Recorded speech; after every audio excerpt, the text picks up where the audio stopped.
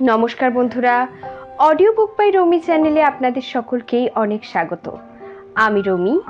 আমি আজ আপনাদেরকে পড়ে শোনাবো বঙ্কিমচন্দ্র চট্টোপাধ্যায়ের কালজয়ী উপন্যাস আনন্দমঠ। আজ শুরু করছি এর প্রথম পর্ব। আসুন তবে সময় নষ্ট না করে শুরু করি আনন্দমঠ উপন্যাসটির প্রথম পর্ব। 1176 সালে গ্রীষ্মকালে একদিন পদচিহ্ন গ্রামে রৌদ্রের উত্তাপ বড় প্রবল। গ্রামখানি গৃহময়, কিন্তু লোক দেখি না। বাজারে সারি সারি দোকান, হাটে সারি সারি চালা, পল্লীতে পল্লীতে শত শত মৃন্ময় গৃহ, মধ্যে মধ্যে উচ্চ নীচ অট্টালিকা। আজ সব নীরব। বাজারে দোকান বন্ধ, দোকানদার কোথায় পালাইয়াছে ঠিকানা নাই। আজ হাটবার, হাটে হাট লাগে নাই। ভিক্ষার দিন ভিক্ষুকেরা বাহিরও হয় নাই। তন্তুবায় তাঁত বন্ধ করিয়া গৃহ পান্তে পড়িয়া কাঁদিতেছে। ব্যবসায়ী ব্যবসা ভুলিয়া শিশু ক্রোড়ে করিয়া কাঁদিতেছে। দাতারা দান বন্ধ করিয়াছে, অধ্যাপকেরা টোল বন্ধ করিয়াছে। শিশু বুঝিয়া সাহস করিয়া কাঁদে না। রাজপথে লোক দেখি না, সরোবরে স্নাতক দেখি না, গৃহদ্বারে মনুষ্য দেখি না, বৃক্ষে পক্ষী দেখি না, গোচারণে গরু দেখি না। কেবল কেবল শ্মশানে শৃগাল আর কুকুর। এক বৃহৎ অট্টালিকা, তাহার বড় বড় ছড়ওয়ালা থাম দূর হইতেই দেখা যায়। সেই গৃহারণ্য মধ্যে শৈল শিখর বধ শোভা পাইতেছিল। শোভাই বা কি? তাহার দ্বার রুদ্ধ, গৃহ মনুষ্য সমাগম শূন্য, শব্দহীন, বায়ু প্রবেশের পক্ষেও বিঘ্নময়। তাহার দ্বারের মধ্যে অভ্যন্তরে অন্ধকার, অন্ধকারে নিশীথ ফুল্ল কুসুমোদ্গল এক দম্পতি বসিয়া ভাবিতেছে।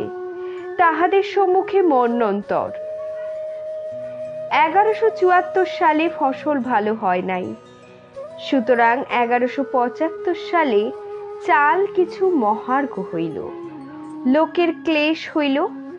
কিন্তু রাজ্য রাজস্ব করায় গণ্ডায় বুঝিয়া লইল।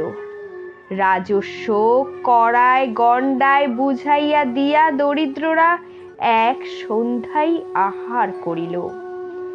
1175 সালে বর্ষাকালে বেশ বৃষ্টি হইল। লোকে ভাবিল দেবতা বুঝি কৃপা করিলেন। আনন্দে আবার রাখাল মাঠে গান গাহিল। কৃষক পত্নী আবার রূপার পৌঁছার জন্য স্বামীর কাছে দৌরাত্ম আরম্ভ করিল। অকস্মাৎ আশ্বিন মাসে দেবতা আবার বিমুখ হইলেন। আশ্বিনে কার্তিকে বিন্দু মাত্র বৃষ্টি পড়িল না।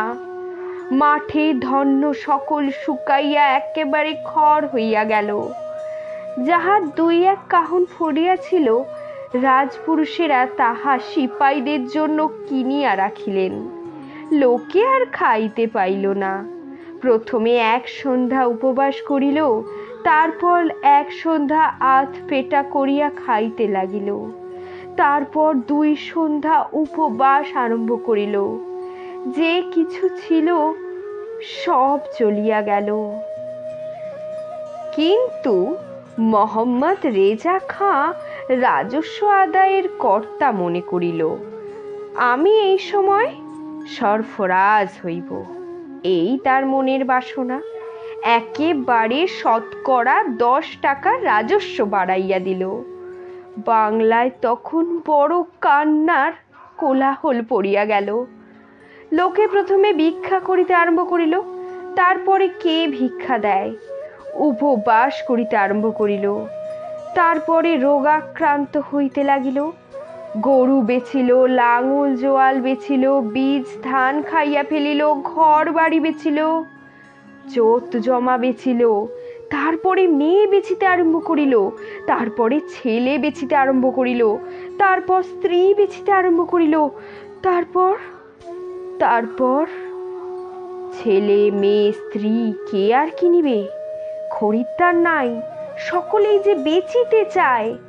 খাদ্যাভাবে গাছের পাতা খাইতে লাগিল, ঘাস খাইতে আরম্ভ করিল, আগাছা খাইতে লাগিল। ইতর ও বন্যেরা কুকুর ইঁদুর বেড়াল খাইতে লাগিল।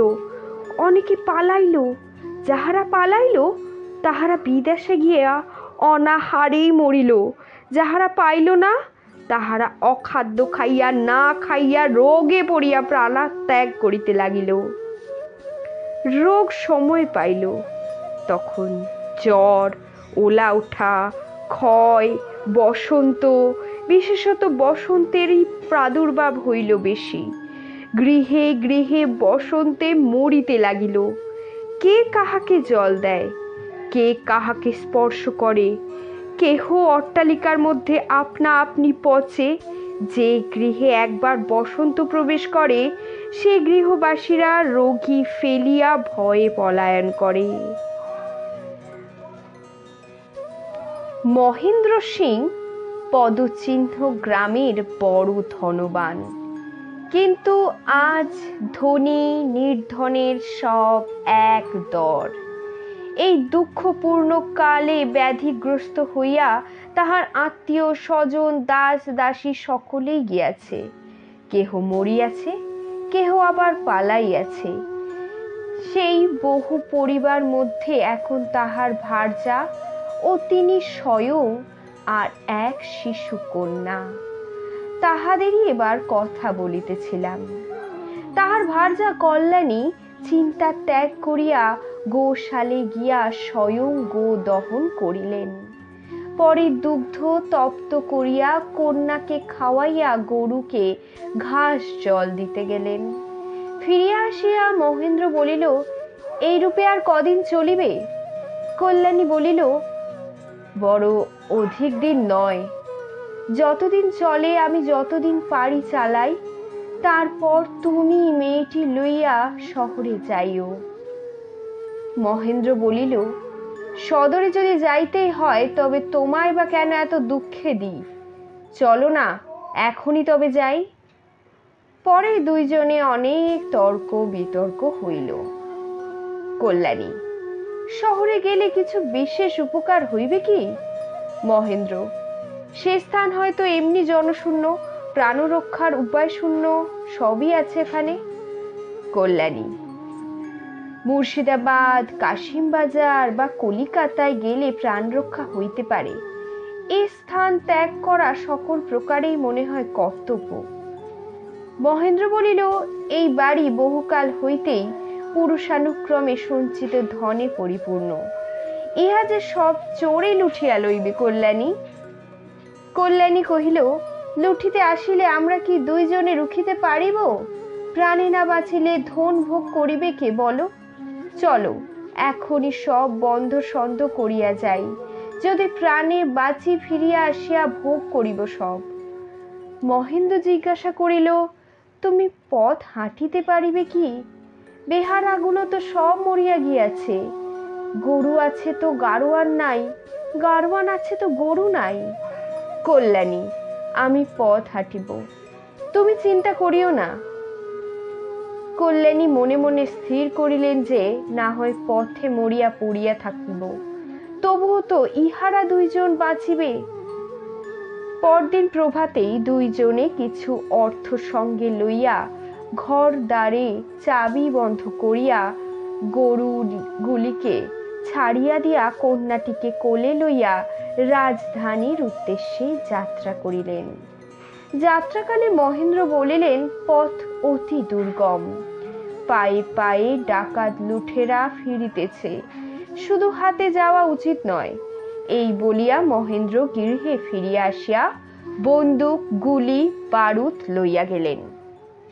দেখিয়া কল্যাণী বলিলেন, যদি অস্ত্রের কথা মনে করিলে তবে তুমি একবার সুকুমারীকে ধরো, আমিও হাতিয়ার লইয়া আসিব। এই বলিয়া কল্যাণী কন্যাকে মহেন্দ্রর কোলে দিইয়া গৃহ মধ্যে প্রবেশ করিলেন। মহেন্দ্র বলিলেন, তুমি আবার কি হাতিয়ার লইবে? কল্যাণী আসিয়া একটি বিষের ক্ষুদ্র কৌটো বস্ত্র মধ্যে লুকাইল। দুঃখের দিনে কপালে কি হয় বলিয়া কল্যাণী পূর্বেই বিষ সংগ্রহ করিয়া রাখিয়াছিলেন। জ্যৈষ্ঠ মাস, দারুণ রৌদ্র, পৃথিবী অগ্নিময়, বায়ুতে আগুন ছড়াইতেছে, আকাশ তপ্ত তামার চাঁদোয়ার মতো, পথের ধূলি সকল অগ্নিস্ফুলিঙ্গবৎ। কল্যাণী ঘামিতে লাগিল। কখনো বাবলা গাছের ছায়ায়, কখনো খেজুর গাছের ছায়ায় বসিয়া বসিয়া শুষ্ক পুষ্করিণীর কর্দমময় জল পান করিয়া কত কষ্টে পথ চলিতে লাগিল। মেয়েটি মহেন্দ্রের কলে। এক একবার মহেন্দ্র মেয়েটিকে বাতাস দেয়, এক একবার এক নিবিড় শ্যামল পত্ররঞ্জিত সুগন্ধ কুসুম সংযুক্ত লতা বেষ্টিত গৃহের ছায়ায় বসিয়া দুইজনে বিশ্রাম করিল। মহেন্দ্র কল্যাণীর শ্রম সহিষ্ণুতা দেখিয়া বিস্মিত হইলেন। বস্ত্র ভেজাইয়া মহেন্দ্র কনিষ্ঠ পঙ্কবৎ হইতে জল আনিয়া আপনার ও কল্যাণীর মুখে, হাতে, পায়ে, কপালে সিঞ্চন করিলেন। কল্যাণী কিঞ্চিৎ স্নিগ্ধ হইলেন বটে, কিন্তু দুইজনে ক্ষুধায় বড় আকুল হইলেন। তাও সহ্য হয়, মেয়েটির যে ক্ষুধা তৃষ্ণা সহ্য হয় না। অতএব আবার তাহারা পথ বাহিয়া চলিলেন। সেই অগ্নি তরঙ্গ সন্তরণ করিয়া সন্ধ্যার পূর্বেই এক চটিতে তারা পৌঁছলেন।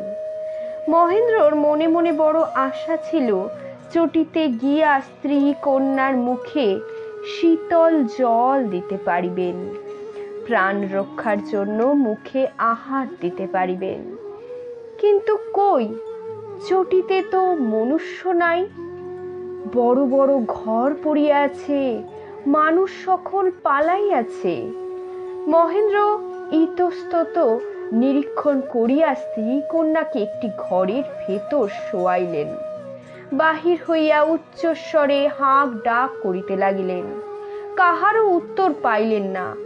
তখন মহেন্দ্র কল্যাণীকে বলিলেন, একটু তুমি সাহস করিয়া একা থাকো, দেশে যদি যাই থাকিউক শ্রীকৃষ্ণ রক্ষা করিবেন, আমি একটু দুধ আনিব। এই বলিয়া একটি মাটির কলসি হাতে করিয়া মহেন্দ্র নিষ্ক্রান্ত হইলেন। কলসি অনেক পড়িয়াছিল সেখানে। মহেন্দ্র চলিয়া গেলে কল্যাণী একা বালিকা লইয়া সেই জনশূন্য স্থানে প্রায় অন্ধকার কুটির মধ্যে চারিদিক নিরীক্ষণ করিতেছিলেন। তাহার মনে মনে বড় ভয় হইতেছিল। কেহ কোথাও নাই, মানুষ্য মাত্রেই কোনো শব্দ পাওয়া যায় না, কেবল শৃগাল কুকুরের রব। ভাবিতেছিলেন, কেন তাহাকে যাইতে দিলাম, না হয় আর কিছুক্ষণ ক্ষুধা তৃষ্ণা সহ্য করিতাম। মনে করিলেন, চারিদিকে দ্বার রুদ্ধ করিয়া একটু বসি, কিন্তু একটু দ্বারেও যে কপাট বা আর্গল নাই। এই রূপ চারিদিক চাহিয়া দেখিতে দেখিতে সম্মুখস্থ দ্বারে একটা কি ছায়ার মতন দেখিলেন। মনুষ্যাকৃতি বোধ করি, কিন্তু মনুষ্য বোধ হয় না। অতিশয় কৃশ শীর্ণ, অতিশয় কৃষ্ণবর্ণ, উলঙ্গ, বিকটাকার মনুষ্যের মতন কি আসিয়া দাঁড়ে দাঁড়াইল। কিছুক্ষণ পরে সেই ছায়া যেন একটি হাত তুলিল, অস্থি চর্ম বিশিষ্ট, অতি দীর্ঘ, শুষ্ক হস্তের দীর্ঘ শুষ্ক অঙ্গুলি দ্বারা কাহাকে যেন সংকেত করিয়া ডাকিল। কল্যাণীর প্রাণ শুকাইয়া গেল। তখন সেই রূপ আর একটা ছায়া, শুষ্ক কৃষ্ণবর্ণ দীর্ঘকায় উলঙ্গ, প্রথম ছায়াটির পাশে আসাইয়া দাঁড়াইল। তারপর আর একটা আসিল, তারপর আরো একটা আসিল, কত আসিল। ধীরে ধীরে নিঃশব্দে তাহারা গৃহ মধ্যে প্রবেশ করিতে লাগিল। সেই প্রায় অন্ধকার গৃহ নিশীথ শ্মশানের মতন ভয়ঙ্কর হইয়া উঠিল। তখন সেই প্রেতবৎ মূর্তি সকল কল্যাণী এবং তাহার কন্যাকে ঘিরিয়া দাঁড়াইল। কল্যাণী প্রায় মূর্ছিত হইলেন ভয়ে। কৃষ্ণবর্ণ শীর্ণ পুরুষেরা তখন কল্যাণী এবং তাহার কন্যাকে ধরিয়া তুলিল। গৃহের বাহির করিয়া মাঠ পার হইয়া এক জঙ্গল মধ্যে প্রবেশ করিল। কিছুক্ষণ পর মহেন্দ্র কলসি করিয়া দুগ্ধ লইয়া সেইখানে উপস্থিত হইল। দেখিল কেহ কোথাও নাই। ইতস্তত অনুসন্ধান করিল, কন্যার নাম ধরিয়া শেষে স্ত্রীর নাম ধরিয়া অনেক ডাকিল, কোনো উত্তর, কোনো সন্ধানই পাইল না। যে বন মধ্যে দস্যুরা কল্যাণীকে নামাইল সে অতি মনোরম। আলো নাই, শোভা দেখে এমন চক্ষুও নাই। দারিদ্র্যের হৃদয়াঙ্গত সৌন্দর্যের ন্যায় সে বনের সৌন্দর্য অদৃষ্টই রইল। দেশে আহার থাকুক বা না থাকুক, বনে ফুল আছে, ফুলের গন্ধে যে অন্ধকারেও আলো বোধ হইতেছিল। মধ্যে পরিষ্কৃত সুকোমল শস্পাবৃত্ত ভূমিখণ্ডে দস্যুরা কল্যাণী ও তাহার কন্যাকে নামাইল। তাহারা তাহাদিগকে ঘিরিয়া বসিল। তখন তাহারা বাদানুবাদ করিতে লাগিল যে ইহা দিগকে লইয়া কি করা যায়। যে কিছু অলঙ্কার কল্যাণীর সঙ্গে ছিল তাহা পূর্বেই তাহারা হস্তগত করিয়াছিল। একদল তাহার বিভাগে ব্যক্তি ব্যস্ত। অলঙ্কারগুলি বিভক্ত হইলে একজন দস্যু বলিল, আমরা সোনা রূপা লইয়া কি করিব? একখানা গহনা লইয়া কেহ আমাকে এক মুঠা চাল দাও, ক্ষুধায় প্রাণ যায়, আজ কেবল গাছের পাতা খাইয়া আছি এই বলিব? একজন এই কথা বলিলে সকলেই সেই রূপ বলিয়া গোল করিতে লাগিল। চাল দাও, চাল দাও, ক্ষুধায় প্রাণ যায়, সোনা রূপা চাহি না, সোনা রূপা চাহি না। দলপতি তাহাদিগকে থামাইতে লাগিল, কিন্তু কেহই থামে না। ক্রমে উচ্চ উচ্চ কথা হইতে লাগিল, গালাগালি হইতে লাগিল, মারামারির উপক্রম হইল। যে যে অলঙ্কার ভাগে পাইয়াছিল সে সেই অলঙ্কার রাগে তাহার দলপতির গায়ে ছুড়িয়া মারিল। দলপতি দুই একজনকে মারিল। তখন সকলে দলপতিকে আক্রমণ করিয়াই তাহাকে আঘাত করিতে লাগিল। দলপতি অনাহারে শীর্ণ ও ক্লিষ্ট ছিল, দু এক আঘাতেই ভূপতিত হইয়া প্রাণত্যাগ করিল। তখন ক্ষুধিত, রুষ্ট, উত্তেজিত, জ্ঞান শূন্য দস্যু দলের মধ্যে একজন বলিল, শিকার কুকুরের মাংস খাইয়াছি, ক্ষুধায় যে প্রাণ যায়, এসো ভাই আজ এই বেটিকেই খাই। তখন সকলে জয় কালী বলিয়া উচ্চ নাদ করিয়া উঠিল, বম কালী, আজ নর মাংস খাইব। এই বলিয়া সেই বিশীর্ণ দেহ, কৃষ্ণকায় প্রেত বধ মূর্তি সকল অন্ধকারে খল খল হাস্য করিয়া কৌদ্রতালি দিয়া নাচিতে আরম্ভ করিল। দলপতির দেহ পড়াইবার জন্য একজন অগ্নি জ্বালাইতে প্রবৃত্ত হইল। শুষ্ক লতা কাষ্ঠ তৃণ আহরণ করিয়া চমকিয়া শোলার আগুন ধরাইয়া সেই তৃণ কাষ্ঠ জ্বালাইয়া দিল। তখন অল্প অল্প অগ্নি জ্বলিতে জ্বলিতে পার্শ্ববর্তী আম্র, পঞ্চ, তাল, তিনটিরি, ঝঞ্ঝুর প্রভৃতি শ্যামল পল্লবরাজি অল্প অল্প প্রভাসিত হইতে লাগিল। কোথাও পাতা আলোতে জ্বলিতে লাগিল, কোথাও ঘাস উজ্জ্বল হইল, কোথাও অন্ধকার আরো গাঢ় হইল।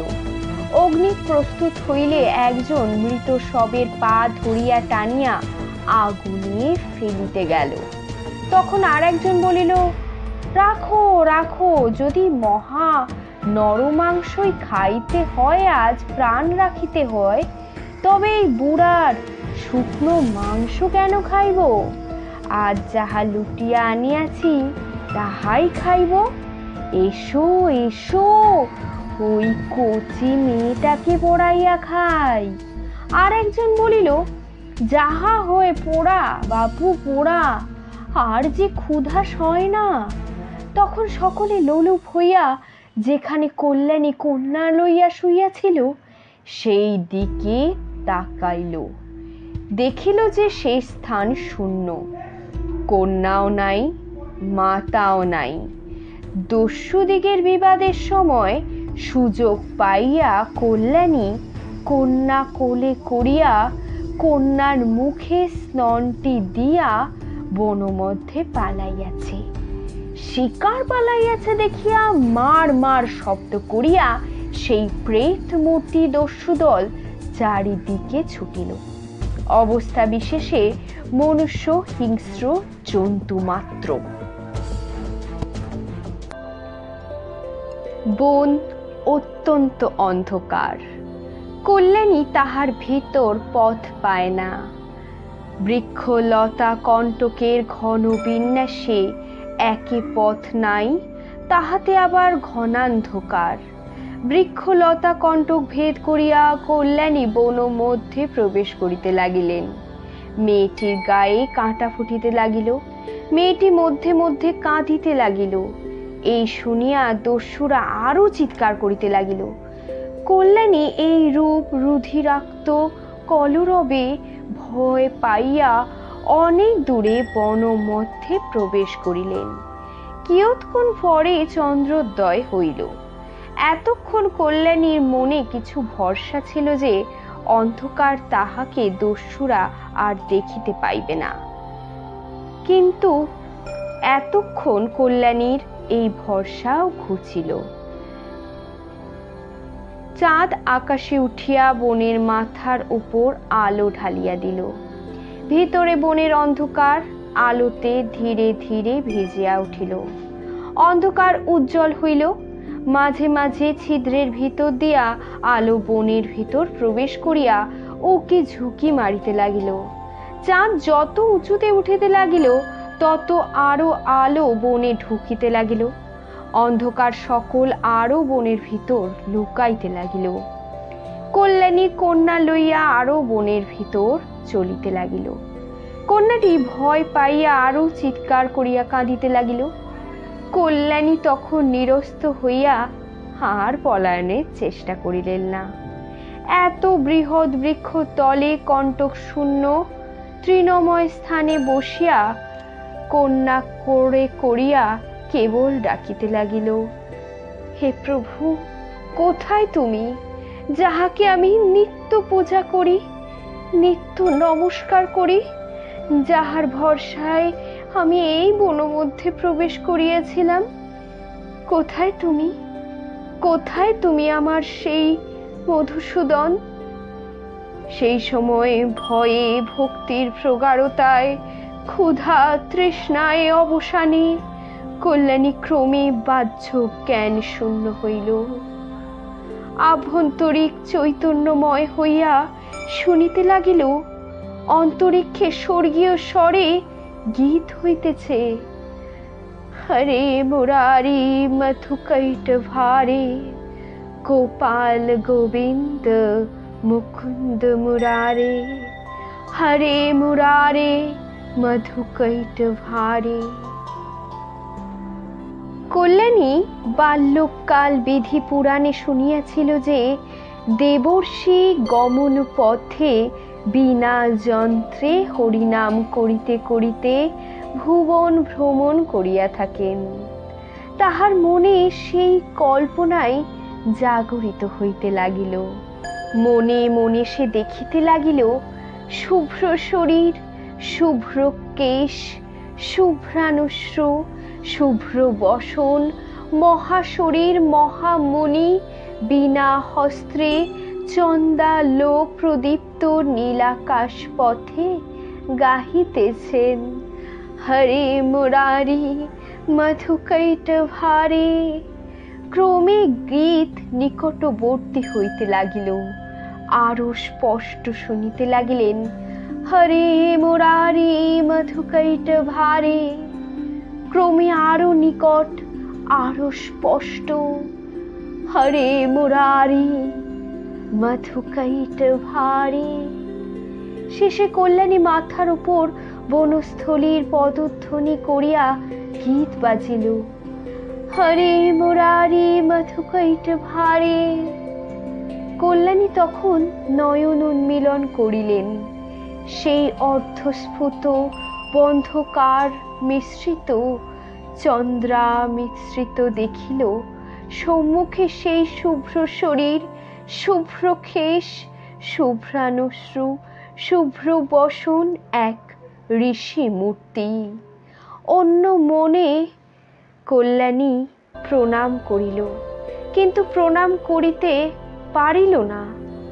মাথা নামাইতেই একেবারে সে চেতনাশূন্য হইয়া ভূতল শায়িনী হইয়া পড়িল। সেই বনমধ্যে এক প্রকাণ্ড ভূমিকণ্ডে ভগ্ন শিলাখণ্ড সকলকে পরিবেষ্টিত হইয়া একটি বড় মঠ আছে। পুরাণ তত্ত্ববিদেরা দেখিলে বলিতে পারিতেন ইহা পূর্বকালে বৌদ্ধ দিগের বিহার ছিল, তারপরে হিন্দুর মঠ হইয়াছে। অট্টালিকা শ্রেণী দ্বিতল, মধ্যে বহুবিধ দেব মন্দির এবং সম্মুখে নাট মন্দির, সকলই প্রায় প্রাচীরে বেষ্টিত। আর বহ্নি স্থিত বন্য বৃক্ষ শ্রেণী দ্বারা এরূপ আচ্ছন্ন যে দিন মানে অনতি দূরেও কিছুই দেখা যায় না। এখানে একটি কোঠা আছে। অট্টালিকা সকল অনেক স্থানেই ভগ্ন, কিন্তু দিন মানে দেখা যায় না। দেখিলেই জানা যায় যে এই গভীর দুর্ভেদ্য অরণ্য মধ্যে মনুষ্য বাস করে। এই মঠের একটি কুটির মধ্যে একটি বড় কুদো জ্বলিতেছিল। তাহারই ভিতর কল্যাণীর প্রথম চৈতন্য হইয়া সে দেখিল সম্মুখে সেই শুভ্র শরীর, শুভ্র বসন মহাপুরুষ। কল্যাণী বিস্মিত লোচনে আবার চাহিতে লাগিলেন। এখনো স্মৃতি পুনরাগমন করিতেছিল না। তখন মহাপুরুষ বলিলেন, মা, এ দেবতার ঠাই, শঙ্কা করিও না। একটু দুধ আছে, তুমি খাও, তারপর তোমার সহিত কথা কহিব। কল্যাণী প্রথমে কিছুই বুঝিতে পারিলেন না। তারপরে ক্রমে ক্রমে মনের কিছু ধৈর্য আসিল। তখন গলায় আঁচল দিয়া সেই মহাত্মাকে একটি প্রণাম করিলেন। তিনি সুমঙ্গল আশীর্বাদ করিয়া গৃহান্তর হইতে একটি সুগন্ধ মৃৎ পাত্র বাহির করিল। সেই জ্বলন্ত অগ্নিতে দুগ্ধ তপ্ত করিলেন। দুগ্ধ তপ্ত হইলে কল্যাণীকে তাহা দিয়া বলিলেন, মা, কন্যাকে কিছু খাওয়াও, আপনিও কিছু খাও, তারপর কথা কহিব। কল্যাণী হৃষ্টচিত্তে কন্যাকে দুগ্ধ পান করাইতে আরম্ভ করিলেন। তখন সেই পুরুষ বলিল, আমি যতক্ষণ না আসি কোনো চিন্তা করিও না। এই বলিয়া মন্দির হইতে বাহির হইয়া গেলেন। বাহির হইতে কিয়ৎকাল পরে ফিরিয়া আসিয়া দেখিলেন যে কল্যাণী কন্যাকে দুগ্ধ খাওয়ানো সমাপন করিয়াছে বটে, কিন্তু আপনি কিছু খায় নাই। দুগ্ধ যেমন ছিল প্রায় তেমনই আছে, অত অল্পই ব্যয় হইয়াছে। সেই পুরুষ তখন বলিলেন, মা, তুমি দুগ্ধ খাও নাই? আমি আবার বাহিরে যাইতেছি, তুমি দুগ্ধ না খাইলে আর ফিরিব না। সেই ঋষিতুল্য পুরুষ এই বলিয়া বাহিরেই যাইতেছিলেন।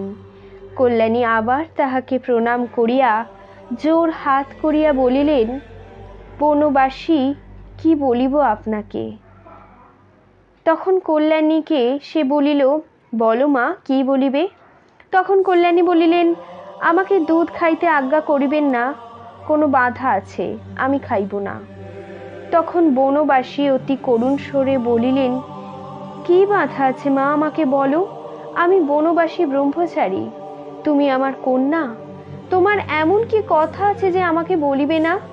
আমি যখন বন হইতে তোমাকে অজ্ঞান অবস্থায় তুলিয়া আনি, তৎকালে তোমাকে অত্যন্ত ক্ষুধ পিপাসা পীড়িতা বোধ হইয়াছিল।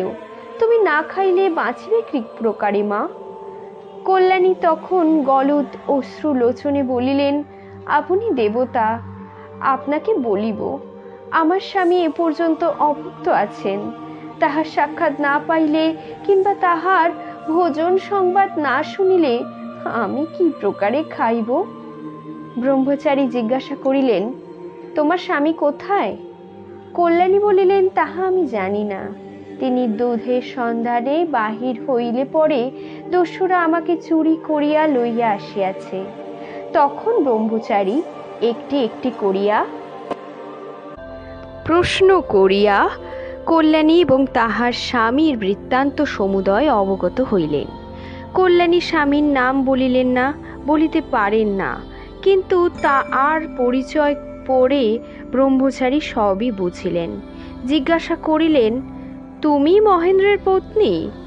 কল্যাণী নিরুত্তর হইয়া যে অগ্নিতে দগ্ধ তপ্ত হইতেছিল অবনত মুখে তাহাতেই কাষ্ঠ প্রদান করিলেন।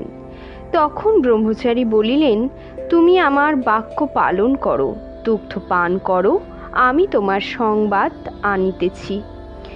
তুমি দুধ না খাইলে আমি এখান থেকে যাইব না। কল্যাণী বলিলেন, একটু জল এখানে আছে কি? ব্রহ্মচারী জল কলস দেখাইয়া দিলেন। কল্যাণী অঞ্জলি পাতিলেন। ব্রহ্মচারী অঞ্জলি পুড়িয়া জল ঢালিয়া দিলেন।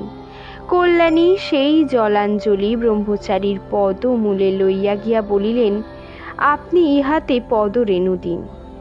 ব্রহ্মচারী আঙ্গুষ্ঠের দ্বারা জলস্পর্শ করিয়া দিলেন। তখন কল্যাণী সেই জলাঞ্জলি পান করিলেন এবং বলিলেন, আমি অমৃত পান করিয়াছি দেব, আর কিছু খাইতে বলিবেন না। স্বামীর সংবাদ না পাইলে আর কিছুই খাইব না। ব্রহ্মচারী তখন বলিলেন, তুমি নির্ভয়ে এই দেউল মধ্যে অবস্থিত করো, আমি তোমার স্বামীর সন্ধানে চলিলাম, কেমন? রাত্রি অনেক, চাঁদ মাথার উপরে, পূর্ণচন্দ্রম নহে, আলো তত প্রখরও নহে। এক অতি বিস্তীর্ণ প্রান্তরের উপর সেই অন্ধকারের ছায়া বিষ্টিত অস্পষ্ট আলো পড়িয়াছে। সেই আলোতেই যেন মাঠের ওপার দেখা যাইতেছে না, মাঠে কি আছে কে আছে দেখা যাইতেছে না। মাঠ কলিকাতা যাইবার রাস্তা, রাস্তার ধারে একটি ক্ষুদ্র পাহাড়, পাহাড়ের ওপর অনেক আমরাদি বৃক্ষ, গাছের মাথা সকল চাঁদের আলোতে উজ্জ্বল হইয়া সুরসুর করিয়া কাঁপিতেছে। তাহার কালো ছায়া পাথরের উপর কালো হইয়া তরতর করে কাঁপিতেছে। ব্রহ্মচারী সেই পাহাড়ের উপর উঠিয়া শিকড়ে দাঁড়াইয়া স্তব্ধ হইয়া শুনিতে লাগিলেন। কি শুনিতে লাগিলেন বলিতে পারি না। সেই অনন্ত তুল্য প্রান্তরেও কোনো শব্দ যে নাই, কেবল বৃক্ষাদির মর্মর শব্দ। এক স্থানে কি শব্দ হইল, ব্রহ্মচারী সেই দিকেই গেলেন। নিবিড় জঙ্গল মধ্যে প্রবেশ করিয়া দেখিলেন, সেই বন মধ্যে বৃক্ষরাজির অন্ধকার তলদেশে সারি সারি গাছের নিচে মনুষ্য বসিয়া আছে। মনুষ্য সকল দীর্ঘকায়, কৃশকায়, সশস্ত্র, বিপট বিচ্ছেদের নিপীড় জ্যোৎস্নায় কহিতেছে না, তাহাদের মর্জিত আয়ু সকল জ্বলিতেছে। এমন 200 লোক বসিয়া আছে, একটি লোকেরও মনে কোনো কথা নাই। ব্রহ্মচারী ধীরে ধীরে তাহাদিগের মধ্যে গিয়ে কি একটা ইঙ্গিত করিলেন। কেহ উঠিল না, কেহ কথাও কহিল না, কেহ কোনো শব্দও করিল না। তিনি সকলের সম্মুখ দিয়া সকলকে দেখিতে দেখিতে গেলেন। অন্ধকারে মুখ পানে চাহিয়া নিরীক্ষণ করিতে করিতে গেলেন, যেন কাহাকে খুঁজিতেছেন, পাইতেছেন না। খুঁজিয়া খুঁজিয়া একজনকে চিনিয়া তাহার অঙ্গ স্পর্শ করিয়া ইঙ্গিত করিলেন। ইঙ্গিত করিতে সে উঠিল। ব্রহ্মচারী তাহাকে লইয়া দূরে আসিয়া দাঁড়াইল। এই ব্যক্তি যুবা পুরুষ, ঘন কৃশ গুম্ফ সমৃত, তাহার চন্দ্রবদন আবৃত। সে বলিষ্ঠকায়, অতি সুন্দর পুরুষ। সে গৌরিক বসন পরিধান করিয়াছে, সর্বাঙ্গে তার চন্দনের শোভা। ব্রহ্মচারী তাহাকে বলিলেন, ভবানন্দ, মহেন্দ্র সিংহের কোনো সংবাদ রাখো। ভবানন্দ তখন বলিল, মহেন্দ্র সিংহ আজ প্রাতেই স্ত্রী কন্যা লইয়া গৃহত্যাগ করিয়া যাইতেছিল চটিতে। এই পর্যন্ত বলিয়াই ব্রহ্মচারী বলিলেন, চটিতে যাহা ঘটিয়াছে তাহা জানি। কে করিল? ভবা গেঁয়ো চাষা লোকগুলো করেছে বোধ হয়। এখন সকল গ্রামের চাষা ভূষগুলো পেটের জ্বালায় ডাকাত হইয়াছে। আজকাল কে ডাকাত নয়, আমরা আজ লুঠিয়া খাইয়াছি। করোয়াল সাহেবের 2 মণ চাউল যাইতেছিল, তাহাই গ্রহণ করিয়া বৈষ্ণবের ভোগে লাগাইয়া দিয়াছি।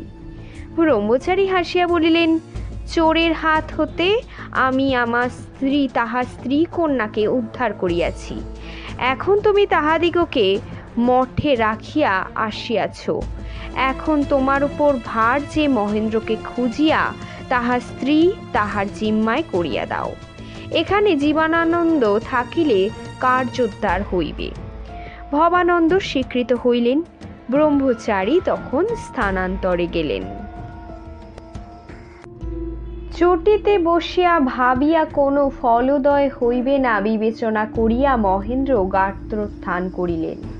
নগরে গিয়া রাজপুরুষদিগের সহায়তায় স্ত্রী কন্যার অনুসন্ধান করিবেন এই বিবেচনা করিয়া সেই দিকেই চলিলেন। কিছু দূর গিয়া পথিমধ্যে দেখিলেন কতকগুলি গরুর গাড়ি ঘেরিয়া অনেকগুলি সেপাই চলিয়াছে। 1176 সালে বাংলা প্রদেশে ইংরেজের শাসনাধীন হয় নাই। ইংরেজ তখন বাংলার দেওয়ান, তাহারা খাজনার টাকা আদায় করিয়াই লন। কিন্তু তখনও বাঙালির প্রাণ সম্পত্তি প্রভৃতি রক্ষণাবেক্ষণের কোনো ভার তাহারা লয়েন নাই। তখন টাকা লইবার ভার ইংরেজের, আর প্রাণ সম্পত্তি রক্ষণাবেক্ষণের ভার পাপিষ্ট নরাধাম বিশ্বাসহন্তা মনুষ্য কুল কলঙ্ক মীর জাফরের উপর। মীর জাফর আত্মরক্ষায় অক্ষম, বাংলা রক্ষা করিবে সে কি প্রকারে?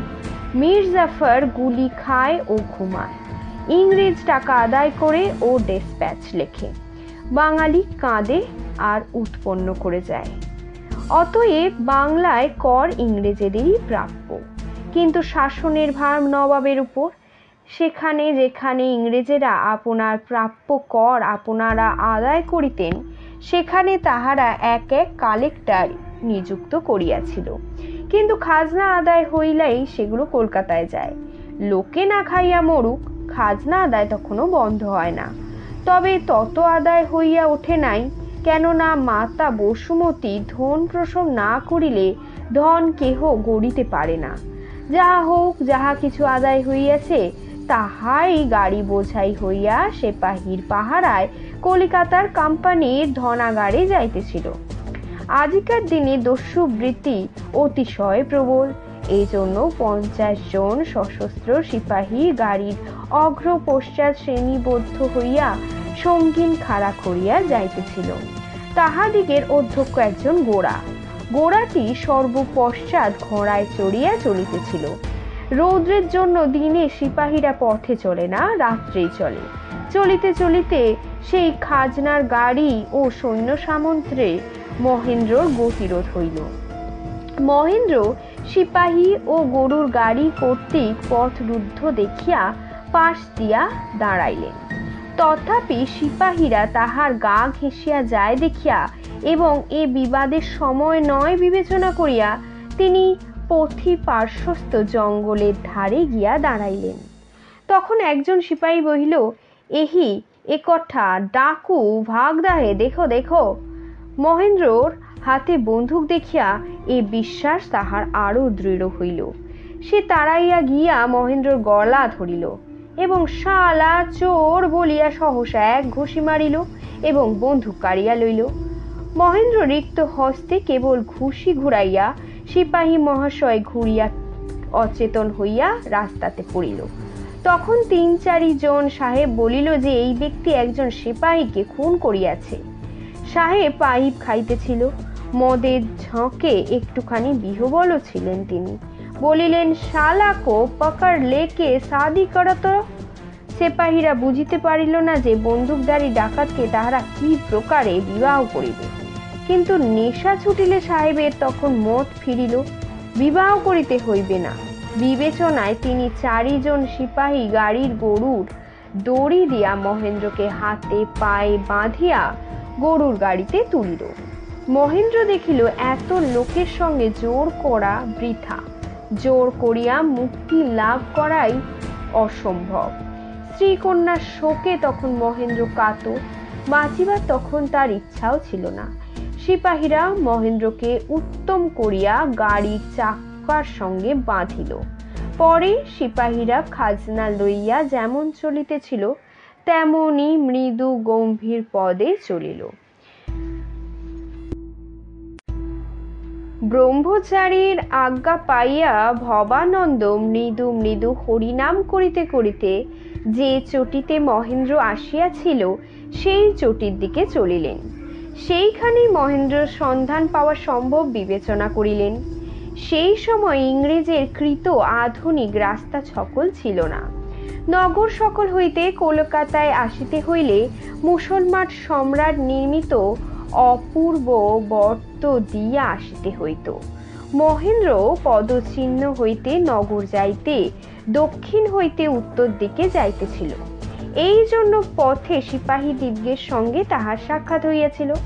ভবানন্দ তাল পাহাড় হইতে যে চটির দিকে চলিলেন সেও দক্ষিণ হইতে উত্তরে।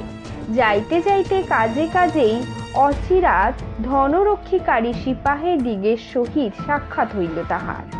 তিনিও মহেন্দ্রের ন্যায় সিপাহীদিগের পাশ দিলেন।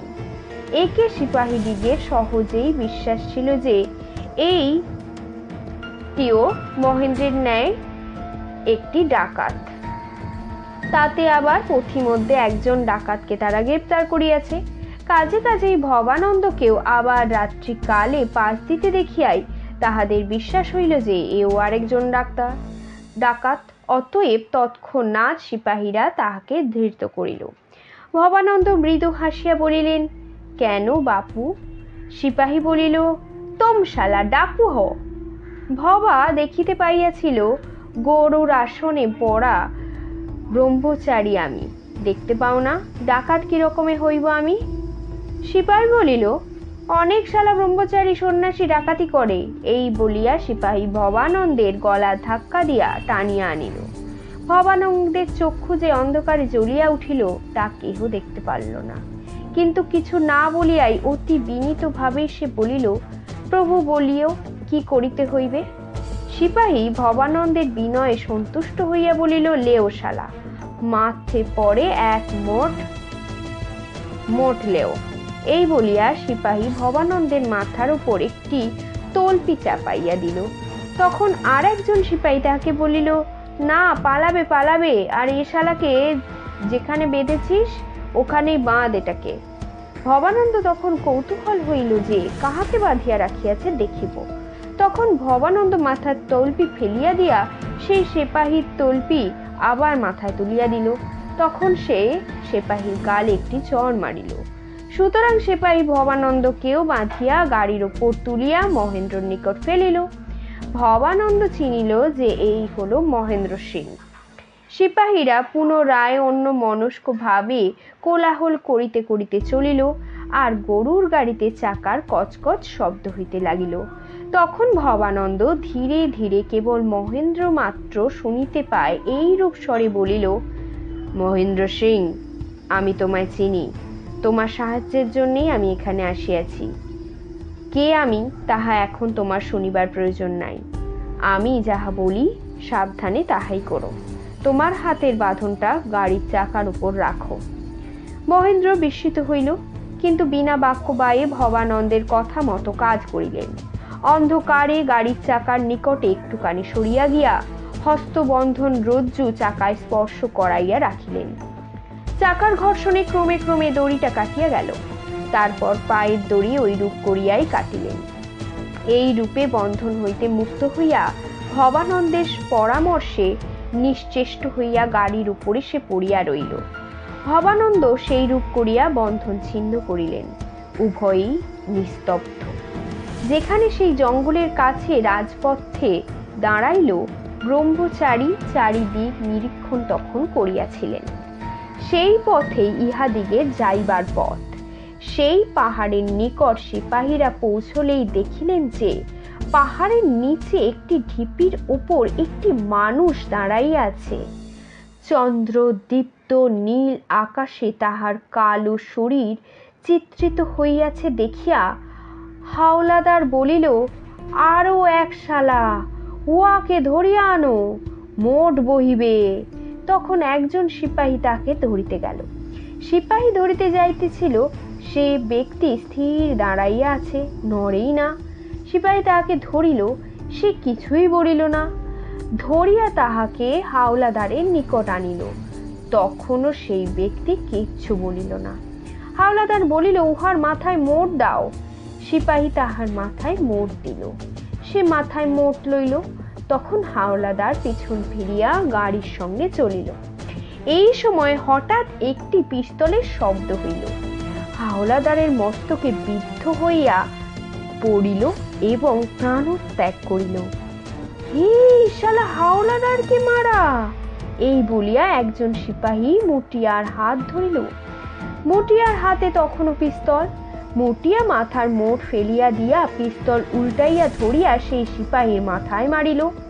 সিপাহীর মাথা তখন ভাঙিয়া গেল, সে নিরস্ত হইল।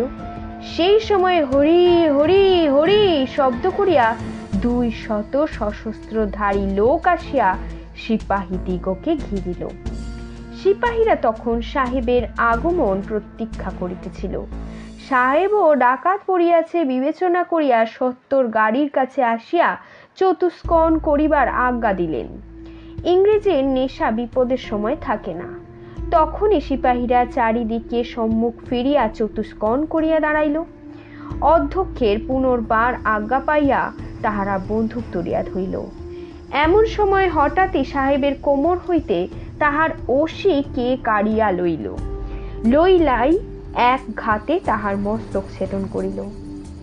সাহেব শীর্ণশীর হইয়া অস্ত হইতে পড়িয়া গেল, আর তাহার ফায়ারের হুকুমই দেওয়া হইল না। সকলে দেখিল যে এক ব্যক্তি গাড়ির উপর দাঁড়িয়া তরবারি হস্তে হরি হরি শব্দ করিতেছে এবং সেপাহী মার বলিতেছে। সে আর কেউ নয়, ভবানন্দ। সহসা অধ্যক্ষকে শীর্ণশীর দেখিয়া এবং রক্ষার জন্য কাহারও নিকটে আজ্ঞা না পাইয়া সিপাহীরা কিয়ৎক্ষণ ভীত ও নিশ্চেষ্ট রইল। এই অবসরে তেজস্বী দস্যুরা তাহাদিগের অনেককে হত ও আহত করিয়া গাড়ির নিকট আসিয়া টাকার বাক্স সকল হস্তগত করিল। সিপাহীরা ভগ্ন উৎসাহ ও পরাভূত হইয়া পলায়ন পর হইল। তখন যে ব্যক্তি ঢিপির উপর দাঁড়াইয়াছিল এবং শেষে যুদ্ধের প্রধান নেতৃত্ব গ্রহণ করিয়াছিল, সে ভবানন্দের নিকট আসিল। উভয়ে তখন আলিঙ্গন করিলে ভবানন্দ বলিলেন, ভাই জীবনানন্দ, সার্থক ব্রত গ্রহণ করিয়াছিলে তুমি।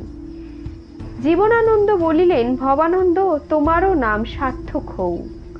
অপহৃত ধন যথাস্থানে লইয়া যাইবার ব্যবস্থাকরণে জীবনানন্দ নিযুক্ত হইলেন। তাহার অনুচর বর্গ সহিত শীঘ্রই তিনি স্থানান্তরে গেলেন। ভবানন্দ একা দাঁড়াইয়া রইল। মহেন্দ্র শকট হইতে নামিয়া একজন সিপাহীর প্রহরণ কাড়াইয়া লইয়া যুদ্ধে যোগ দিবার উদ্যোগ করিতেছিল, কিন্তু এমন সময় তাহার স্পষ্টই বোধ হইল যে ইহারা দস্যু ধনপরাহন জন্যই সিপাহীদিগকে আক্রমণ করিয়াছে। এইরূপ বিবেচনা করিয়া তিনি যুদ্ধস্থান হইতে সরিয়া গিয়া দাঁড়াইল। কেননা দস্যুদের সহায়তা করিলে তাহাদিগের দুরাচার ভোগী হইতে হইবে। তখন তিনি তরবারি ফেলিয়া দিয়া ধীরে ধীরে সে স্থান ত্যাগ করিয়া যাইতেছিলেন। এমন সময় ভবানন্দ আসিয়া তাহার নিকটে দাঁড়াইল। মহেন্দ্র জিজ্ঞাসা করিল, মহাশয়, আপনি কে? ভবানন্দ বলিল, তোমার তাতে প্রয়োজন কি? মহেন্দ্র, আমার কিছু প্রয়োজন আছে। আজ আমি আপনার দ্বারা বিশেষ উপকৃত হইয়াছি। ভবানন্দ, সে বোধ যে তোমার আছে এমন বুঝিলাম না। অস্ত্র হাতে করিয়া তৎক্ষণাৎ ফেলিয়া দিলে, জমিদারের ছেলে, দুধ ঘি শ্রাদ্ধ করিয়া মজবুত কাজের বেলা এত হনুমান কেন? ভবানন্দের কথা ফুরাইতে না ফুরাতেই মহেন্দ্র ঘৃণার সহিত বলিল, যে কাজ কুকাজ, ডাকাতি। ভবানন্দ বলিল, হোক ডাকাতি, আমার তোমার কিছু উপকার করিয়াছি, আরো কিছু উপকার করিবার চেষ্টা রাখি। মহেন্দ্র, তোমরা আমার কিছু উপকার করিয়াছ বটে, কিন্তু আর কি উপকার করিবে? আর ডাকাতের কাছে এত উপকৃত হওয়ার চেয়ে আমার অনুপকৃত থাকাই ভালো। ভবা বলিল, উপকার গ্রহণ করো না করো এটা তোমার ইচ্ছা, যদি ইচ্ছা হয় আমার সঙ্গে আইসো, তোমার স্ত্রী কন্যার সঙ্গে সাক্ষাৎ করাইব। মহেন্দ্র তখন ফিরিয়া দাঁড়াইল, বলিল, সে কি? ভবানন্দ সে কথার উত্তর না করিয়া চলিল। অগত্যা মহেন্দ্র সঙ্গে সঙ্গে চলিল। মনে মনে ভাবিতে লাগিল, এরা কিরকম দস্যু। সেই জ্যোৎস্নাময়ী রজনীতে দুইজনে নীরবে প্রান্তর পার হইয়া চলিল।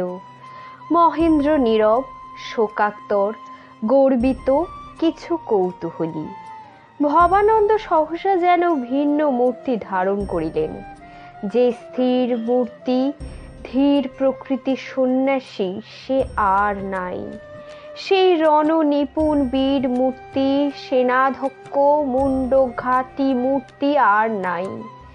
এখনই যে গর্বিত ভাবে মহেন্দ্রকে তিরস্কার করিতেছিলেন, সে মূর্তি আর নাই। যেন জ্যোৎস্নাময়ী শান্ত শালিনী পৃথিবীর প্রান্তর কানন নগ নদীময় শোভা দেখিয়া তাহার চিত্তে হঠাৎই বিশেষ ফুর্তি হইল। সমুদ্র যেন চন্দ্রাদয়ে হাসিল। ভবানন্দ হাস্যমুখ ব্যঙ্গয় প্রিয় সম্ভাষী হইলেন। কথাবার্তার জন্য বড়ই সে ব্যগ্র। ভবানন্দ কথোপকথনের অনেক উদ্যম করিলেন, কিন্তু মহেন্দ্র কথাই কহিল না।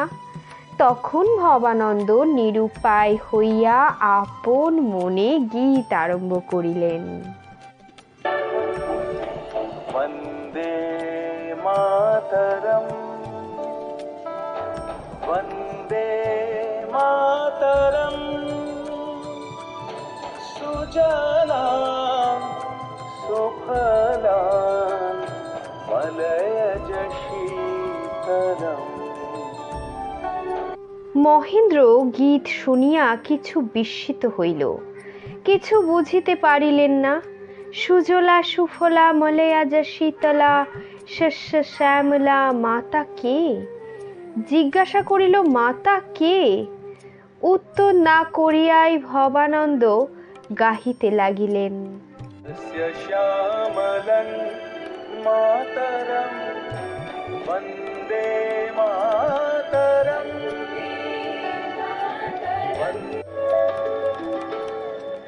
শুভ্র জ্যোৎস্না পুলকিতয়ামিনীম,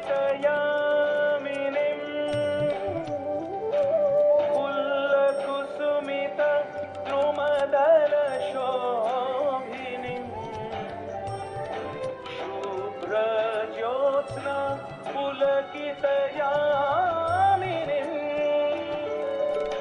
ফুল্লকুসুমিত দ্রুমদল শোভিনীম,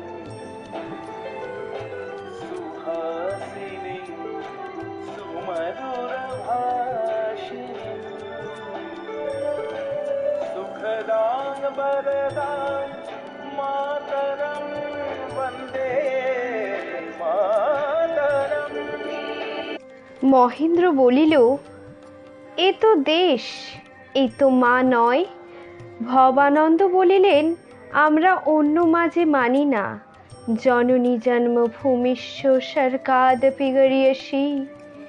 আমরা বলি জন্মভূমি জননী। আমাদের মা নাই, বাপ নাই, ভাই নাই, বন্ধু নাই, স্ত্রী নাই, পুত্র নাই, ঘর নাই, বাড়ি নাই। আমাদের আছে কেবল সেই সুজলা সুফলা মলয়জ শীতলা শস্য শ্যামলা। তখন বুঝিয়া মহেন্দ্র বলিলেন, তবে আবার গাও। বন্দে মাতরম, বন্দে মাতরম, সুজলাম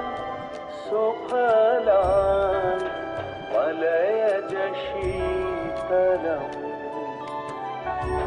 शस्य श्यामलं मातरं वन्दे मातरम्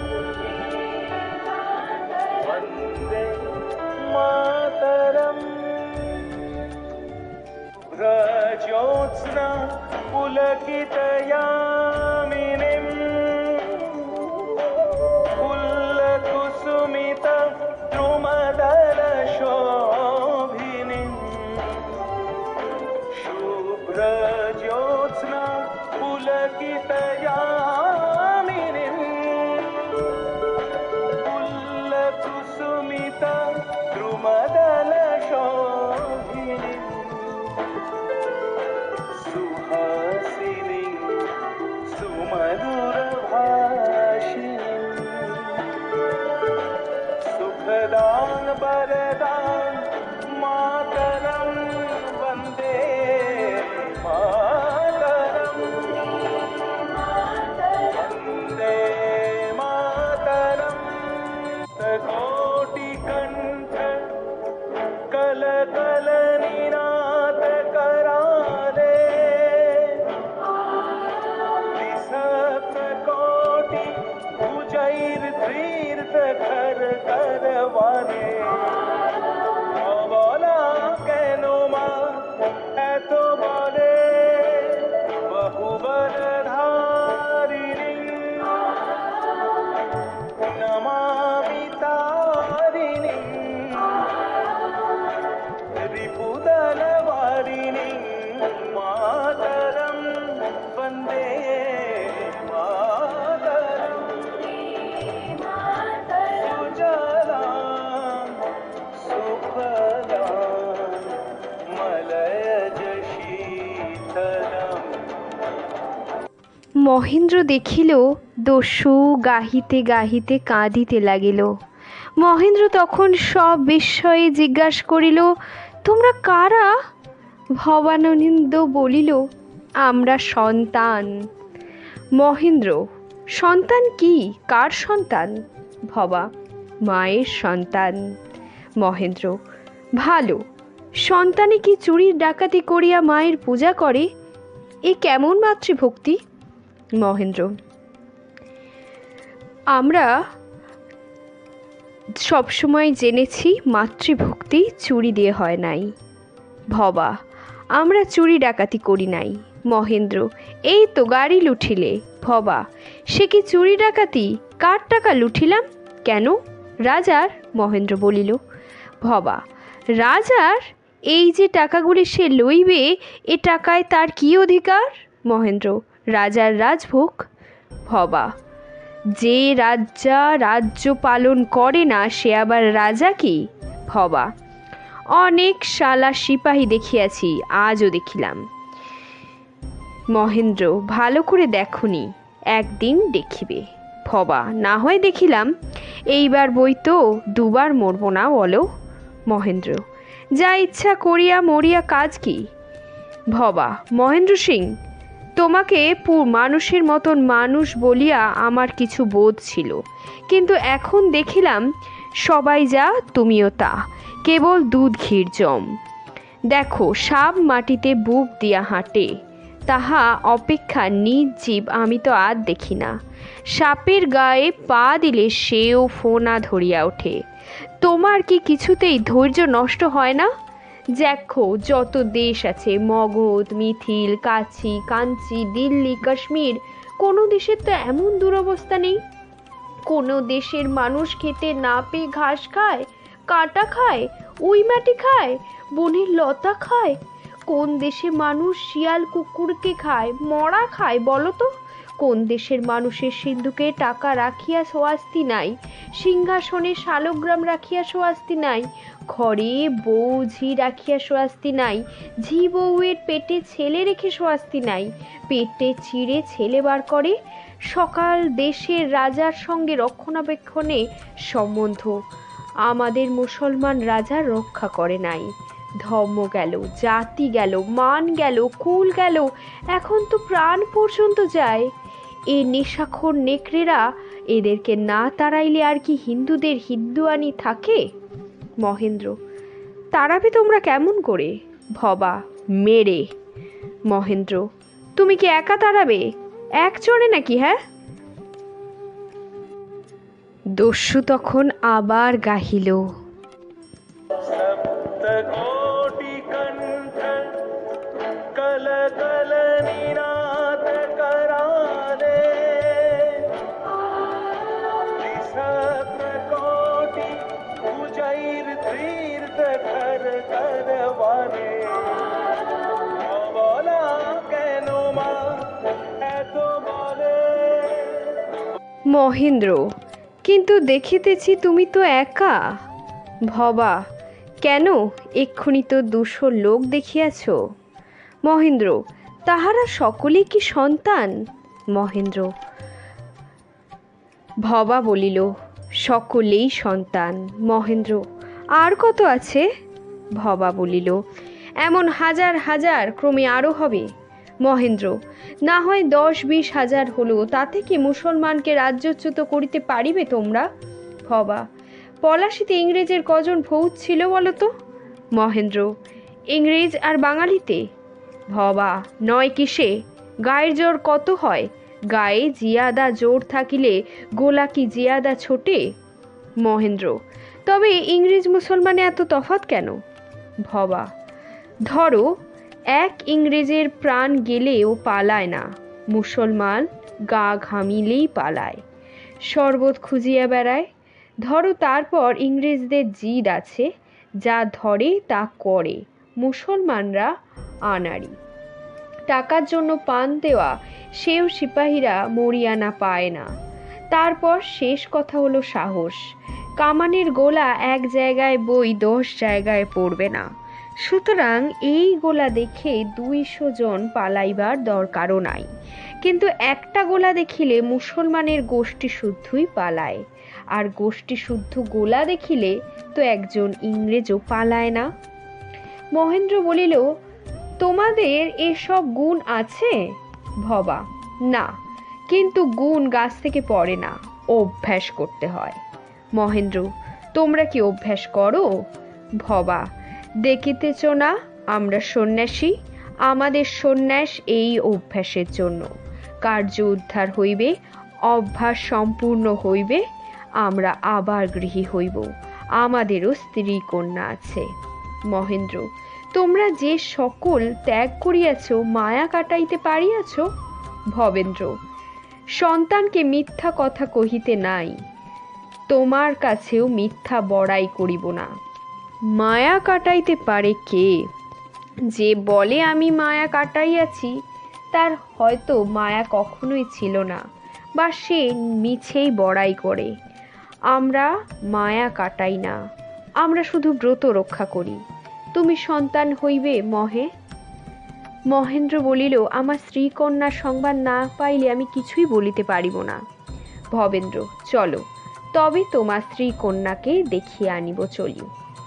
এই বলিয়া দুইজনেই চলিল। ভবেন্দ্র আবার বন্দে মাতরম গাহিতে গাহিতে চলিল। মহেন্দ্রর গলা ভালোই ছিল, সঙ্গীতে একটু বিদ্যা অনুরাগও ছিল, সুতরাং সেও সঙ্গে গাহিল। দেখিল যে গাহিতে গাহিতে তারও কেমন করে যেন চক্ষে জল আসিল। তখন মহেন্দ্র বলিল, যদি স্ত্রী কন্যা ত্যাগ না করিতে হয়, তবে এই ব্রত আমাকে গ্রহণ করিতেই হইবে। ভবেন্দ্র: এই ব্রত যে গ্রহণ করে, সে স্ত্রী কন্যা পরিত্যাগ করে। তুমি যদি এ ব্রত গ্রহণ করো, তবে স্ত্রী কন্যার সঙ্গে সাক্ষাৎ করা হইবে না। তাহাদিগের রক্ষা হেতু উপযুক্ত বন্দোবস্ত করা যাইবে, কিন্তু ব্রতের সফলতা পর্যন্ত তাহাদিগের মুখ দর্শন নিষেধ। মহেন্দ্র: আমি এ ব্রত গ্রহণ তবে করিব না। রাত্রি প্রভাত হইয়াছে। সেই জনহীন কানন এতক্ষণ অন্ধকার, শব্দহীন ছিল, এখন আলোকময়, পক্ষী কুজন শব্দিত হইয়া আনন্দময় হইল। সেই আনন্দময় প্রভাতে, আনন্দময় কাননে, আনন্দ মঠে সত্যানন্দ ঠাকুর হরিণ চর্মে বসিয়া সন্ধ্যান্নে করিতেছিলেন। কাছে বসিয়াছিল জীবনানন্দ। এমন সময় ভবানন্দ মহেন্দ্র সিংহকে সঙ্গে লইয়া আসিয়া উপস্থিত হইল। ব্রহ্মচারী বিনা বাক্য বায়ে সন্ধানী করিতে লাগিলেন, কেহ কোনো কথাই কহিতে সাহস করিল না। পরে সন্ধানিক সমাপন হইলে ভবানন্দ জীবনানন্দ উভয়েই তাহাকে প্রণাম করিলেন এবং পদধূলি গ্রহণপূর্বক বিনীতভাবে উপবেশন করিলেন। তখন সত্যানন্দ ভবানন্দকে ইঙ্গিত করিয়া বাহিরে লইয়া গেলেন। কি কথোপকথন হইল তাহা আমরা জানি না। তাহার পর উভয়েই মন্দিরে প্রত্যাবর্তন করিলেন। ব্রহ্মচারী সকরুণ সাহায্য বদনে মহেন্দ্রকে বলিলেন, বাবা, তোমার দুঃখে আমি অত্যন্ত কাতর হইয়াছি। কেবল সেই দীনবন্ধুর কৃপায় তোমার স্ত্রী কন্যাকে কাল রাত্রিতে আমি রক্ষা করিতে পারিয়াছিলাম। এই বলিয়া ব্রহ্মচারী কল্যাণীর রক্ষা বৃত্তান্ত বর্ণিত করিলেন। তারপর বলিলেন যে চলো, তাহারা যেখানে আছে তোমাকে সেখানে লইয়া যাই। এই বলিয়া ব্রহ্মচারী অগ্রে অগ্রে, মহেন্দ্র পশ্চাৎ পশ্চাতে দেবালয়ের অভ্যন্তরে প্রবেশ করিলেন। প্রবেশ করিয়া মহেন্দ্র দেখিল অতি বিস্তৃত অতি উচ্চ প্রকোষ্ঠ। এই নবারুণ প্রফুল্ল প্রাতঃকালে যখন নিকটস্থ কানন সূর্যালোকে হরিণ খচিত জ্বলিতেছে, তখন সেই বিশাল কক্ষে প্রায় অন্ধকার। ঘরের ভেতর কি আছে মহেন্দ্র প্রথম তাহা দেখিতে পাইল না। দেখিতে দেখিতে দেখিতে ক্রমেই দেখিতে পাইল এক প্রকাণ্ড চতুর্ভুজ মূর্তি, শঙ্খ চক্র গদা পদ্মধারী, কৌস্তব শোভিত হৃদয়, সম্মুখে সুদর্শন চক্র ঘূর্ণায়মান স্থাপিত, মধুকৈটব স্বরূপ দুইটি প্রকাণ্ড ছিন্ন মস্ত মূর্তি রুধির প্লাবিত চিহ্নিত হইয়া সম্মুখে হইয়াছে। বামে লক্ষ্মী আলুলায়িত কুন্তলে শতদল মণ্ডিত ভয়াস্ত ন্যায় দাঁড়াইয়াছেন। দক্ষিণে সরস্বতী, পুস্তক, বাদ্যযন্ত্র, মূর্তিমান রাগ রাগিনী প্রভৃতি পরিবেষ্টিত হইয়া দাঁড়াইয়াছেন। বিষ্ণুর অঙ্ক পরি এক মোহিনী মূর্তি, লক্ষ্মী সরস্বতীর অধিক সুন্দরী, লক্ষ্মী সরস্বতীর অধিক ঐশ্বর্যবতী। গন্ধর্ব, কিন্নর, দেব, রক্ষ, যক্ষ তাহাকেও পূজা করিতেছে। ব্রহ্মচারী তখন অতি গম্ভীর অতি ভীত স্বরে মহেন্দ্রকে জিজ্ঞাসা করিলেন, সকল দেখিতে পাইতেছ? মহেন্দ্র বলিল, পাইতেছি। ব্রহ্মা, বিষ্ণুর কোলে কি আছে দেখিতেছ? দেখিয়াছি। কে উনি? মহেন্দ্র জিজ্ঞাসা করিল। ব্রহ্মচারী বলিলেন, মা। মহেন্দ্র, মা কে? ব্রহ্মচারী বলিলেন, আমরা যার সন্তান। মহেন্দ্র, কে তিনি? ব্রহ্মচারী, সময়ে চিনিবে, বলো বন্দে মাতরম। এখন চলো, দেখিবে চলো। তখন ব্রহ্মচারী মহেন্দ্রকে কক্ষান্তরে লইয়া গেলেন। সেখানে মহেন্দ্র দেখিলেন এক অপরূপ সর্বাঙ্গ সম্পূর্ণা সর্বভরণ ভূষিতা জগদ্ধাত্রী মূর্তি। মহেন্দ্র জিজ্ঞাসা করিলেন, ইনি কে? ব্রহ্মচারিণী, মা যা ছিলেন। সে কি? ইনি কুঞ্জর কেশিনী প্রভৃতি বন্য পশু সকল পদতলে দলিত করিয়া বন্য পশুর আবাসন স্থানে আপনার পদ্মানসনে স্থাপিত করিয়াছিলেন। ইনি সর্ব অলঙ্কার পরিভূষিতা হাস্যময়ী সুন্দরী ছিলেন। ইনি বালিকা সকল ঐশ্বর্যশালিনী। ইহাকে তুমি প্রণাম করো মহেন্দ্র। মহেন্দ্র ভক্তি ভরে সেই জগদ্ধাত্রী রূপিণী মাতৃভূমিকে প্রণাম করিয়া বলিল, ইনি কে? ব্রহ্মচারী তাহাকে এক অন্ধকার সুড়ঙ্গ দেখাইয়া বলিলেন, এই পথে এসো। ব্রহ্মচারী স্বয়ং আগে আগে চলিলেন। মহেন্দ্র সভয়ে পিছু পিছু চলিল। গর্ভস্থ এক অন্ধকার প্রকোষ্ঠে কথা হইতে সামান্য আলো আসিতেছিল। সেই ক্ষীণ আলোকে এক কালী মূর্তি দেখিতে পাইলেন। ব্রহ্মচারী বলিলেন, দেখো মা এখন যা হইয়াছেন। মহেন্দ্র সভয়ে বলিল, কালী। ব্রহ্মচারী, কালী, অন্ধকারাচ্ছন্ন কালিমাময়ী, হৃদ সর্বস্বা এ অন্য নগ্নিকা, আজি দেশে সর্বত্রই শুধু শ্মশান। তাই মা কঙ্কাল মলিনী, আপনার শিব আপনার পদতলে দলিতেছেন। হায় মা হায়। ব্রহ্মচারীর চক্ষে দর দর করিয়া ধারা পড়িতে লাগিল। মহেন্দ্র জিজ্ঞাসা করিলেন, হাতে খেটক খড়পড় কেন? ব্রহ্মচারিণী বললেন, আমরা সন্তান, অস্ত্র মার হাতে, তাই এই দিয়াছি মাত্র। বলো বন্দে মাতরম, বন্দে মাতরম বলিয়া মহেন্দ্র কালীকে প্রণাম করিল। তখন ব্রহ্মচারী বলিলেন, এই পথে আইসো। এই বলিয়া তিনি দ্বিতীয় সুরঙ্গে আহরণ করিয়া লাগিলেন। সহসা তাহাদিগের চক্ষে প্রাত সূর্যের রশ্মি প্রভাবিত হইল। চারিদিক হইতে মধু কণ্ঠ পক্ষীকুল গাহিয়া উঠিল। দেখিলেন এক মর্মর প্রস্তর নির্মিত প্রশস্ত মন্দিরের মধ্যে সুবর্ণ নির্মিতা দশভুজা প্রতিমা নবারুণ কিরণে জ্যোতির্ময়ী হইয়া হাসিতেছেন। ব্রহ্মচারী প্রণাম করিয়া বলিলেন, এই যে এই মা যা হইবেন। দশভুজ 10 দিকে প্রসারিত, তাহাতে নানা আয়ুধ ধরে নানা শক্তি শোভিত। পদতলে শত্রু বিমর্দিত, পদাশ্রিত বীর কিশোরী শত্রু নিপীড়নে নিযুক্ত। দিগ্ভুজা বলিতে বলিতে সদানন্দ গদ্য কণ্ঠে কাঁদিতে লাগিলেন।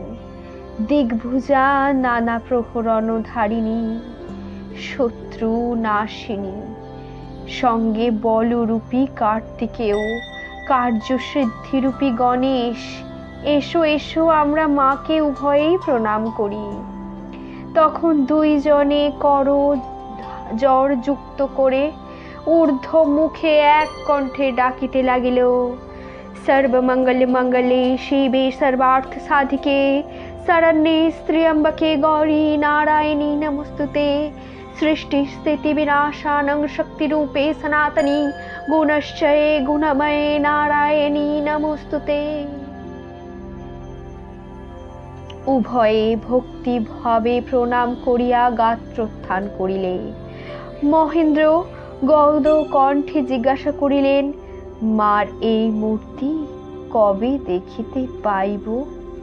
ব্রহ্মচারী বলিলেন, যবে মার সকল সন্তান মাকে মা বলিয়া ডাকিবে, সেই দিন উনি প্রসন্ন হইবেন।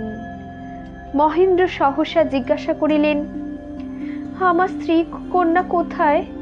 ব্রহ্মচারিণী, চলো দেখিবে, চলো তাদের।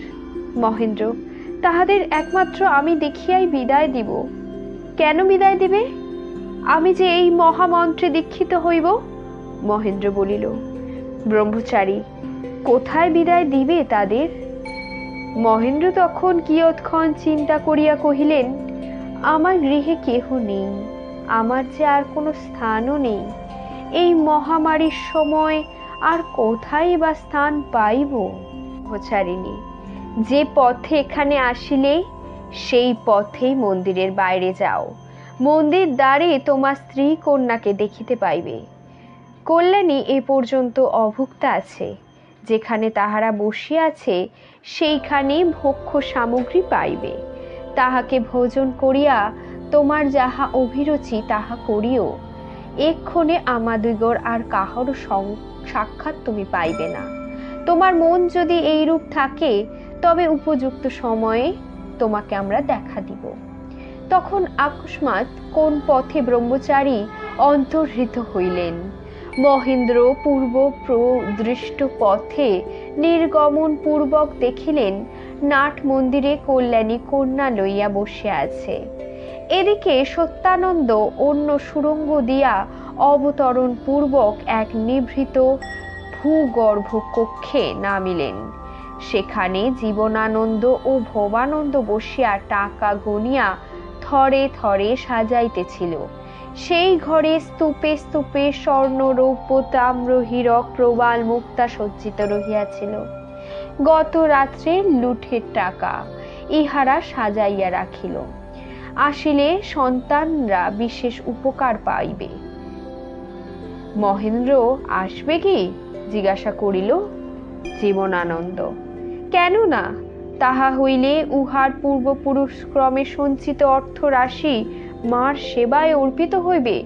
কিন্তু যতদিন সে কায় মনো বাক্যে মাতৃভক্ত না হয়, ততদিন তাহাকে গ্রহণ করিও না।